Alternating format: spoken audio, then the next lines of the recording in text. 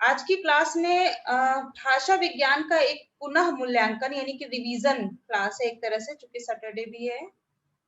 तो शुरू से चलते हैं। जो बच्चों की क्लास छूटी है वो विशेष ध्यान देंगे कि जो हमारे सिलेबस में है भाषा विज्ञान पुस्तक, उसका क्या उद्देश्य है, क्यों पढ़ाया जाता है और उस पुस्तक का क्या महत्व है, उसकी कितनी शाखाएं हैं, भाषा विज्ञान के अन्य क्या नाम है, कितने कितने क्षेत्र हैं, व्याकरण और भाषा विज्ञान में फर्क क्या है और भाषा विज्ञान की परिभाषा क्या है, ये सब चीजें इसके अंतर्गत आती हैं। तो विशेष रूप से भाषा विज्ञान भाषा के अध्ययन की एक शाखा है। शाखा कह लें या फिर ये कह लें कि ऐसा जिसे हम भाषा को समझते हैं, वह साधन जिसके द्वारा हम अपने विचारों को व्यक्त करते हैं और दूसरे के विचारों को स्वयं तक प्राप्त करते हैं, रिसीव करते हैं, भेजते भी हैं, प्राप्त भी करते हैं, दोनों चीज करते हैं। तो उसे हम कहेंगे भाषा। और उसी भाषा की जब उत्पत्ति, स्वरूप और विकास, इन वर्ड्स का ध्यान दीजिएगा।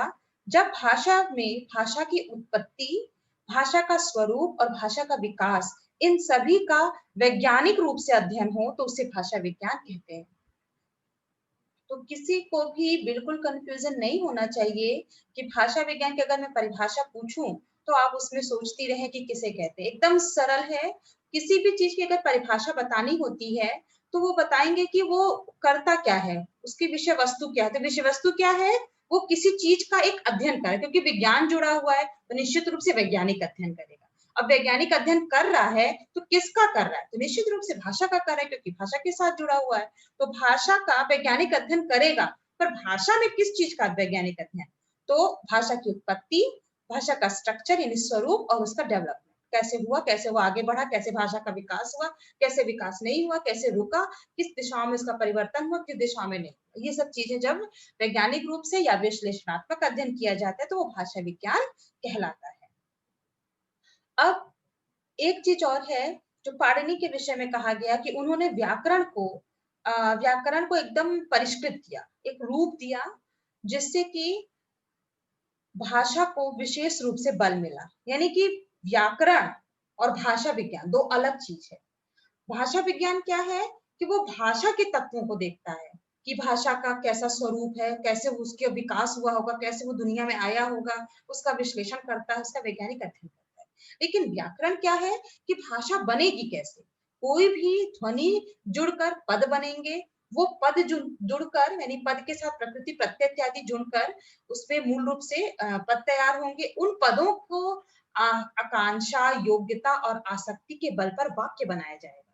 ठीक, वाक्य बनेगा तो निश्चित रूप से वो अर्थ के साथ होगा। उस अर्थ का जब विकास होगा तो एक शब्दकोश यानी कि एक वाक्य का निर्माण होगा, एक पैराग्राफ बनेगा, यानी कि एक भाषा का विकास होगा।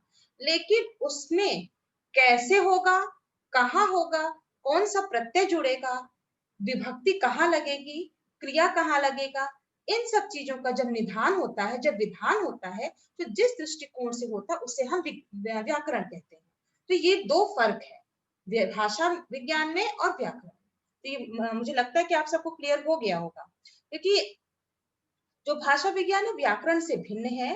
व्याकरण में क्या किया जाता है? भाषा के कार्यात्मक अध्ययन। अब कार्यात्मक अध्ययन ये वर्ड थोड़ा सा कठिन लगेगा, लेकिन अगर से व्यवहारिक समझिए कि भाषा बनी कैसे, मतलब हमें एक नियम बताएगा। व्याकरण व्याकरण का क्या है? एक नियम बताएगा कि क्रियापद हमेशा आखिरी में होगा, है ना, और कर्ता पहले होगा या कर्ता ही मुख्य होगा।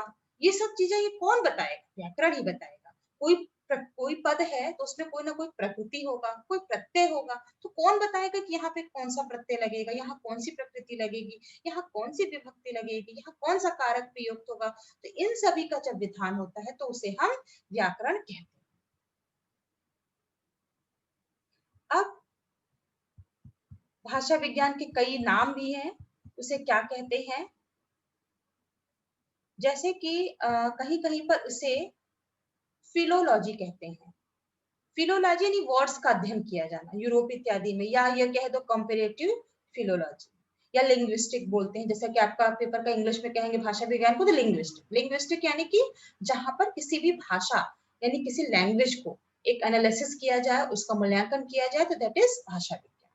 तो तुलनात्मक भाषा विज्ञान, भाषा तत्व, भाषा शास्त्र आदि ऐसे इसके कई नाम हैं। भाषा शास्त्र भी कहेगा, मैंने आपको इसके पहले बहुत सारी क्लासेस जब भी होती है मैं बताती हूँ, किसी भी विषय वस्तु का जब उसके एक शास्त्रीय मूल्यांकन कब होता है, जब उसका विवेचन कई रूप में, उसके सौंदर्य के प्रतिमानों का विवेचन हो, यानी कि उसमें जो क्वालिटी है उस पर चर्चा हो, साथ ही उसके गुण दोष और उसके परिभाषा, इन प्रतिमानों पर जब चर्चा हो तो वो उस प्रकार का शास्त्रीय ग्रंथ कहा जाता है। जैसे कि काव्य शास्त्रीय ग्रंथ, सपोध्वन्यालोक है और काव्यादर्श है, ये सब ऐसी पुस्तकें हैं जिन्हें काव्य शास्त्रीय ग्रंथ कहते हैं। क्यों कहते हैं? क्योंकि इन पुस्तकों में काव्य के सौंदर्य का, प्रतिमानों की विवेचना की गई है, यानी ऐसे तत्वों पर प्रकाश डाला गया है जो जिसे कहा गया है कि काव्य क्या है, काव्य में क्या होना चाहिए, काव्य में क्या नहीं होना चाहिए, क्या रख देंगे तो काव्य का सौंदर्य की क्षति होगी, क्या रख देंगे काव्य सौंदर्य में वृद्धि होगी। तो इन सब चीजों पर जब दृष्टिपात करेंगे तो वो शास्त्रीय ग्रंथ कहा जाता है। ठीक वही चीज नाट्य शास्त्र में प्रयोग होता है। जब नाट्य के सौंदर्य, प्रतिमानों इत्यादि का विवेचन हो तो नाट्य शास्त्रीय ग्रंथ होता है। ठीक उसी प्रकार जब भाषा के सौंदर्य, भाषा के विकास, भाषा का मूल्यांकन, इन सभी तत्वों पर इसका एक प्रतिमान रूप में विवेचन हो तो उसे शास्त्रीय भाषा शास्त्रीय ग्रंथ कहेंगे। इसके साथ ही ऐतिहासिक में आप कहेंगे कि क्या इसकी पहली बार ही काम हुआ है भाषा विज्ञान? क्या ये नवीन दृष्टिकोण है? क्या ये नवीन मौलिक उद्भावना है? नहीं। इसके पहले भी प्राचीन काल में भी भाषा संबंधी अध्ययन संस्कृत साहित्य में पाई गई। जैसे ये इसको देखिए, ये पांडुलिपियां वगैरह मौजूद हैं जो ऋग्वेदिक काल के हैं, और इसमें साफ-साफ ये पांडुलिपि जो एक्सपर्ट होते हैं वो लोग ही पढ़ पाते हैं। तो इसमें इंगित है कि भाषा का क्या रूप होना चाहिए, भाषा कैसी होनी चाहिए, भाषा कैसे बनी, इन सब का विवेचन किया। तो वो कौन सा ग्रंथ है? जो 6 वेदांग है उसमें शिक्षा नामक जो वेदांग है, उसी में भाषा संबंधी सभी प्रतिमानों का, सभी उसका सिद्धांतों का विवेचना की गई है। इसका मतलब जैसे कि आधुनिक संस्कृत में या आधुनिक साहित्य में हम भाषा विज्ञान को जानते हैं, ठीक उसी प्रकार वैदिक साहित्य में पहले से ही वो था, उसका नाम शिक्षा था। शिक्षा नामक वेदांग में भाषा के ध्वनियों के उच्चारण, ध्वनि के अवयव, स्थान, प्रयत्न, ध्वनि का विवेचन, ये सब विश्लेषण किया गया। उसके साथ एक और ग्रंथ आया जिसे प्रतिशाख कहेंगे। प्रतिशाख में भी ये सब चीजें मिलती हैं, यानी कि ऐसा ग्रंथ जो कि किसी भी शास्त्रीय ग्रंथ का अध्ययन कराए, यानी कि उसका विवेचन करे। जैसे कि कोई भी वर्ष आप प्रतिशाख के ग्रंथ आप पढ़ोगे तो उसमें मूल रूप से वैदिक अनुसार किसी का उच्चारण क्या है, कौन सूक्ष्म संज्ञा है, कौन ऊष्मट संज्ञा है, अलग-अलग रूप में दीर्घ स्वर कितने हैं, प्लुत स्वर का क्या महत्व है, इन सभी चीजों का विवेचन किया गया है। तो जो निश्चित रूप से ये भाषा विज्ञान के ही अंग है। तीसरा ग्रंथ आता है निरुक्त। अब निरुक्त के बारे में सोचोगे तो निश्चित रूप से निरुक्त का काम है पदों का निर्वचन और व्याख्या, यानी कि उसकी व्युत्पत्ति, कैसे वो पद बना है। सपोज कोई भी पद है, पठति पद है, तो पठ धातु तिंग प्रत्यय पठति बना। तो ये चीज तो संस्कृत साहित्य मतलब लौकिक व्याकरण में बताया गया है, लेकिन वैदिक साहित्य में बताने का काम ये निरुक्त करता था। निरुक्त का काम तो वो बताएगा कि इन शब्दों की क्या व्युत्पत्ति होगी, इसमें कौन सा धातु है, इसमें कौन सा उपसर्ग है, इत्यादि इत्यादि। उसके बाद हमारा आता है मतलब कहने का तात्पर्य है कि प्राचीन काल में भी अगर कोई आपसे पूछे कि भाषा विज्ञान एक मौलिक है, क्या आज ही चल रहा है, क्या इसके पहले इस पे कुछ काम हुआ है, तो आप बता सकती हैं कि हाँ, शिक्षा ग्रंथ के रूप में, यानी वेदांग में जो शिक्षा है, जो निरुक्त है, ये दोनों ही भाषा विज्ञान के ही क्षेत्र में आते हैं। इसके साथ साथ जो प्रातिशाख्य ग्रंथ होते हैं जैसे कि ऋग प्रातिशाख्य, शौनक का है, इन सभी ग्रंथों में भी भाषा विज्ञान के तत्वों का विवेचन किया। अब इसके बाद है आधुनिक विषय के रूप में विलियम जोन्स का नाम, जो यूरोप के हैं, उनका नाम सबसे ऊपर होता है, और वो बहुत काम किया उन्होंने विशेष रूप से संस्कृत भाषा के साहित्य के। तो उन्होंने भाषा विज्ञान के भी संबंध में अपना पहला कदम उन्होंने ही उठाया और उसे व्यवस्थित रूप दिया। अब आता है भाषा विज्ञान पद। ये जो पद है, ये भाषा और विज्ञान, जैसा कि बहुत सरल है, सब जानते हैं भाषा है और विज्ञान है। भाषा का जो धातु है, हम पुनः अपने उसी निरुक्त वाले यानी कि शब्दों के निर्वचन पे आ गए। भाषा भाष धातु से बना हुआ है और जिसका अर्थ होता है व्यक्त करना। और जो विज्ञान है वो उसमें वी उपसर्ग है, ज्ञा धातु है और ल्युट प्रत्यय है। यानी विशेष रूप से किसी चीज का जब हम अध्ययन करते हैं तो विज्ञान कहलाता है। विशेष रूप से तात्पर्य है विशेष रूप से परिमार्जित परिष्कृत सुव्यवस्थित रूप से, अकॉर्डिंग, ये नहीं कि बिना क्रम के, तो उसको हम विज्ञान कहते हैं। और जब भाषा का वैज्ञानिक रूप से अध्ययन है तो वो भाषा विज्ञान कहलाता है। आचार्य दंडी ने काव्यदर्श में भाषा की महत्ता सूचित किया है, तो आप चाहेंगी तो इसे कोट करके दे सकती हैं। इदम अंध तमः कृष्णा जाये भुवन त्रयम यदि शब्दा में हम ज्योतिर संसारम न दिव्यते। यानी कि ये जो पूरा संसार है, ये जो पूरी दुनिया है, एक अंधे कुएं के समान है। अगर भाषा नहीं होती तो कुछ भी नहीं होता, हमें कुछ भी स्पष्ट नहीं होता, कोई साहित्य ना होता, हम किसी भी चीजों के बारे में जानकारी ना होते, हम अपनी चीजों को व्यक्त नहीं कर सकते, हम स्टोर नहीं कर सकते। हम कितनी चीजें अपने दिमाग में स्टोर करेंगे, जब उसे लिख के रखेंगे तभी तो, और लिखेंगे तब जब कोई निहित भाषा होगी, जब उसका कोई व्याकरण होगा। तो इन सब आधार पे भाषा का क्या महत्व है, जैसे भाषा विज्ञान का अगर कोई महत्व पूछता है तो आप ये श्लोक दे सकती हैं उसके रेफरेंस में। अब आपका जो मूल जो जिसके बारे में चर्चा करना बहुत इंपॉर्टेंट है कि भाषा विज्ञान के अध्ययन का क्या लाभ है। जैसे कि इसके पहले की भी क्लासेस में मैंने पूछा आप लोगों से, तो इसके एकदम सरल है ये, 4-5 लाइनों में यहाँ पे विकिपीडिया में सब कुछ मौजूद है कि भाषा क्या है। किसी भी ऐतिहासिक और प्रागैतिहासिक संस्कृति का परिचय देता है। कैसे देता है परिचय, कि मान लो कि सिंधु घाटी सभ्यता या कोई और सभ्यता है, उसके बारे में कहीं लिखा हुआ हमें मिला, हमने उसके शब्दों को पढ़ा समझा, तभी तो हम जान पाए। ऐसा तो है नहीं कोई इंसान वहां का जिंदा बैठा रहेगा अपने मुंह से बताएगा कि ऐसी सभ्यता थी, ऐसी संस्कृति थी। तो उस रूप में भाषा विज्ञान को जानना बहुत जरूरी है, यानी भाषा विज्ञान का महत्व है। इसके साथ ही जो अन्य भाषाएं उनके विषय में भी, जैसे हमने तमिल भी पढ़ लिया, हमने जर्मनी पढ़ लिया, हमने रूसी भाषा पढ़ ली, इन सबको के लिए भी भाषा विज्ञान का महत्व बढ़ता है। इसके साथ ही संपूर्ण मानवता का विकास होता है भाषा के माध्यम से, नहीं तो हम जानवर की श्रेणी में होते अगर हमारे पास अपनी भाषा ना होती। प्राचीन साहित्य, निश्चित रूप से संस्कृत कितने सारे विशद साहित्य हैं, और उसको हम तभी समझ पाएंगे जब हमारी एक भाषा होगी और भाषा विज्ञान के क्षेत्र को समझेंगे, और तभी हम उस भाषा को परख सकेंगे। और संपूर्ण विश्व के लिए भाषा का विकास, जैसे कि लगभग 3000 भाषाएं हैं, उनको कितने वर्गों में विभाजित किया गया है, तो हमने उस क्षेत्रफल के हिसाब से संपूर्ण भाषा को समझा कि हाँ, यूरोपीय भाषा मतलब एशिया और यूरोप की भारोपी भाषा है, चाहे ऑस्ट्रेलियाई लैंग्वेज है, चाहे अमेरिकी परिवार है, जो भी है, उन सब चीजों के बारे में अध्ययन होता है। उसके साथ साथ विदेशी भाषा भी सीखने का अवसर मिलता है। अगर भाषा ही विज्ञान का डेवलप ना होता, उसके नियम कानून सिद्धांत नहीं होते, तो कैसे हम चीनी भाषा या जर्मनी भाषा पढ़ पाते। तो इन सब चीजों में भाषा का महत्व है। किसी भी चीज को टाइप करना, लिखना, शुद्धता के लिए, इन सब चीजों में, मशीनरीकरण के लिए, सब चीजों में भाषा विज्ञान का महत्व है।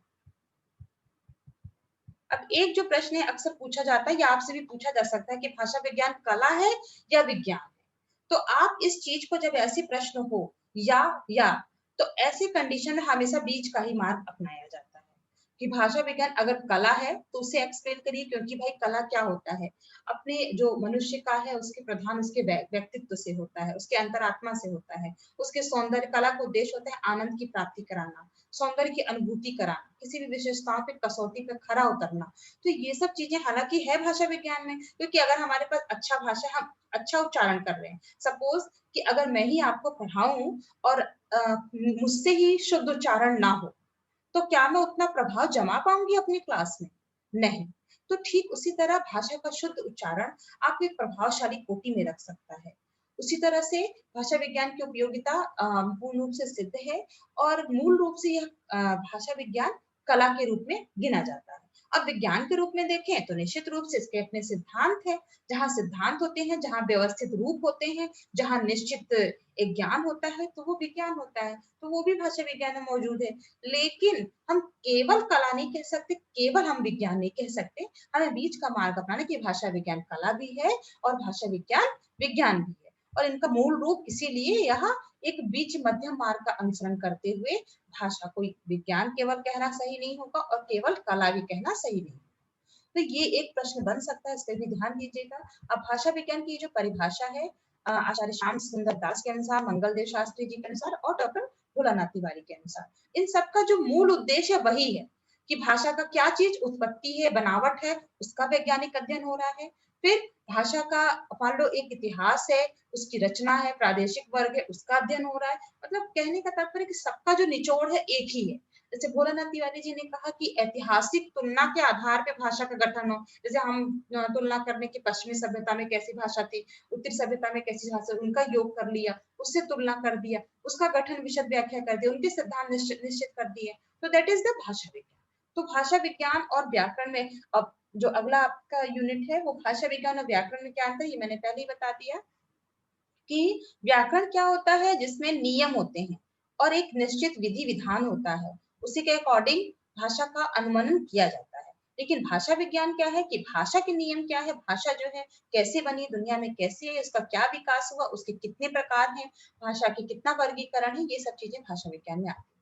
तो आप इसे अध्ययन करिएगा, निश्चित रूप से आपकी कई समस्याओं का समाधान होगा। अब आता है भाषा विज्ञान के क्षेत्र क्या क्या है। तो इसके बहुत सारे क्षेत्र हैं, जैसे कि यह शिक्षा शास्त्र, संस्कृति अध्ययन, इन सब से भी जुड़ा हुआ है, और जो भाषा का अपना है, अपना दृष्टिकोण है, उसको भी लिए हुए है। अब जो मूल क्षेत्र आता है आपका भाषा विज्ञान का, वो है स्वन विज्ञान और स्वनिम विज्ञान और रूप विज्ञान और वाक्य विज्ञान। जो स्वन विज्ञान है उसे ध्वनि विज्ञान कहते हैं, ठीक है। और उन ध्वनि यानी कि जहां स्वर यंत्र हैं, स्वन विज्ञान फोनेटिक्स कहाँ से उच्चारण हो रहा है, तो उनका जब अध्ययन करना, एक क्षेत्र ये हो गया कि कोई भी उच्चारण, मान लो अकु विसर्जनीय नाम कंठा, यानी कि अ और क वर क ख ग घ और विसर्ग, इनका उच्चारण कंठ है। तो इन सभी चीजों का, इन स्वनिमों, इनको स्वनिम बोलते हैं, कंठ है, तालु, ये सब क्या है, स्वनिम है, यानी कि उच्चारण स्थान, ये एक अंग है अपने शरीर के। तो इन स्वर यंत्र से जो उनकी संबंधित अध्ययन किया जाता है वह उसके स्वन विज्ञान के अंतर्गत आता है। अब स्वनिम क्या है, यानी फोनोलॉजी, पूरा पूरा ध्वनि विज्ञान जान लेना कि साउंड, कि क का साउंड कैसा होगा, स का साउंड कैसा होगा, श का साउंड कैसा होगा, इन सभी का जब विश्लेषण मूल्यांकन किया जाए तो वह स्वनिम विज्ञान होगी। यानी कि दो, पहली शाखा स्वन विज्ञान, दूसरी शाखा स्वनिम, और तीसरी होगी रूप विज्ञान, इसे हम पद विज्ञान भी कहते हैं। इससे तात्पर्य मार्फोलॉजी बोलेंगे, यानी कि शब्दों में क्या है, व्युत्पत्ति क्या है, उसका पद कैसा बना है, मान लो कुशल वर्ड है, उसमें किस प्रत्यय है, क्या प्रकृति है, इन सब चीजों का अध्ययन होता है, तो वह रूप विज्ञान के अंतर्गत आता है, या इसे पद विज्ञान भी कहते हैं। शब्द विज्ञान नहीं कहेंगे, क्योंकि संस्कृत में शब्द नहीं हो सकता, संस्कृत में तो पद होता है, क्योंकि उसका अपना प्रकृति होता है, उसके साथ कोई प्रत्यय जुड़ता है, तभी वो जाकर पद बनता है। तो उसका जब अध्ययन हो शब्दों की आंतरिक संरचना का, यानी कि उसके इंटरनल स्ट्रक्चर का, कि कोई भी धातु क्या है और उसकी प्रकृति या प्रत्यय क्या है, इन सब चीजों को जानना। अब जो चौथा उसका क्षेत्र है वो है वाक्य विज्ञान। वाक्य के लिए कोई भी वाक्य बनेगी तो उसमें आकांक्षा होना चाहिए, योग्यता होनी चाहिए और आसक्ति होनी चाहिए। आकांक्षा यानी कि एक वर्ड बोलते ही दूसरी वर्ड को जानने की इच्छा होना। हमने अगर आपको कहा है कि जाओ जाकर चाय लाओ, तो जाओ, ये वर्ड सुनते ही आपके दिमाग में ये जिज्ञासा हो कि निश्चित रूप से मुझे कहीं भेज कर कुछ मंगाया या कहीं भेजा जा रहा है, तो वो एक आकांक्षा जरूर उत्पन्न हो। उसके बाद होती है आकांक्षा आसक्ति, यानी उससे सटा हुआ, उसके साथ लगा हुआ। ये नहीं कि मैं आपको बोल रही हूँ क्लास में बैठो, मैं कुछ बताने जा रही हूँ और इतना कह के मैं चली गई और दूसरी तीसरी क्लास में आकर बता रही कि हाँ मैं अब बताने जा रही हूँ, तो वो तारतम्यता नहीं रहेगी, वो काला अवधान हो जाएगा। तो आसक्ति होना अति आवश्यक है। अब योग्यता जो तीसरी चीज है वाक्य के लिए, योग्यता यानी कि किसी भी वाक्य को अपना, उसके अंदर एक योग्यता हो कि मैं उस अर्थ को बता सकूं। जैसे कोई अगर ये कह दे कि ठीक है, पेड़ को सींचने का काम आग से कर लो, अग्नि से वह निना अग्निना सिंचते, तो तुम पेड़ को कैसे सींच लोगे भाई, आग, आग का काम तो और आग लगाना है, कि जो है पेड़ों का सिंचन का कार्य है। तो जिसमें जो योग्यता है उस तरह का ही व्यवहार किया जाना योग्यता के अंतर्गत आता है। इन तीनों के साथ जब हम वाक्य की रचना करते हैं तो जाकर वाक्य बनता है। अब इसकी पांचवी यूनिट है जिसको अर्थ विज्ञान कहेंगे, सेमेटिक्स, यानी कि जो भी शब्द है वो शब्द कहते ही उसका अर्थ स्वतः स्पष्ट हो जाए। अगर मैंने आपको कहा है कि कचटपटा, तो वो शब्द बोलते, हालांकि वो भी साउंड ही है, वो भी ध्वनि है, लेकिन उसका कोई अर्थ नहीं आ रहा है, उसको कोई मतलब नहीं है, तो बिना अर्थ के सार्थक न होने की वजह से वो कोई भी भाषा की श्रेणी में नहीं आएगा। तो शब्द और शब्द के कहने से ही उसके अर्थ का अवधान हो जाना ही अर्थ विज्ञान कहलाता है। बाकी शैली यानी कि स्टाइल है। अगर हम किसी भी दुखद चीज को बोलते हैं, किसी दुख के साथ बोलते हैं, तो ऐसे नहीं बोलेंगे कि उनकी मृत्यु हो गई, ऐसे नहीं, हम बोलेंगे कि हाँ दुख के साथ कि उनकी मृत्यु हो गया, अब वो दुनिया में नहीं रहे, इस दुख के साथ बोलेंगे, ऐसे नहीं बोले कि अरे हाँ अब तो वो नहीं रहे। तो इस तरह का जब हम अपने लहजा में, अपनी बोली में, अपनी शैली में जिस चीजों का जो भी व्याख्यान देते हैं, जो भी कहते हैं, तो उसका भी हमें ध्यान रखना होता है। और किसी भी रिप्लाई करते हैं तो उसको कैसे पोलाइटली करना है, कहाँ किस चीज को जोर से कहना है। जैसे भारत माता की जय, तो अब क्या ऐसे बोलोगे जय, दुखी होके बोलोगे? नहीं, पूरे जोश के साथ बोलोगे। तो इस तरह का जो शैली है, वो स्टाइल है, वो होनी चाहिए। अब ये प्रायोगिक भाषा विज्ञान, प्रायोगिक भाषा ये है कि मतलब उसका एक प्रायोगिक व्यवहारिक अध्ययन किया जाना, उस चीज को जब हम जानते हैं तो वह प्रायोगिक भाषा विज्ञान आता है। अब इसी को मैंने वैज्ञानिक दृष्टि से रूप विज्ञान को बता दिया, शब्द विज्ञान को, ध्वनि विज्ञान को, अर्थ विज्ञान को, ये सब इसके क्षेत्र हैं। तो ये चीज आपको विशेष रूप से अध्ययन करना होगा, समझना होगा, इसके सिद्धांत को एकदम आत्मसात करना होगा, तभी आप परीक्षाओं में मूल रूप से इस चीज को अच्छे से व्यक्त कर पाएंगे।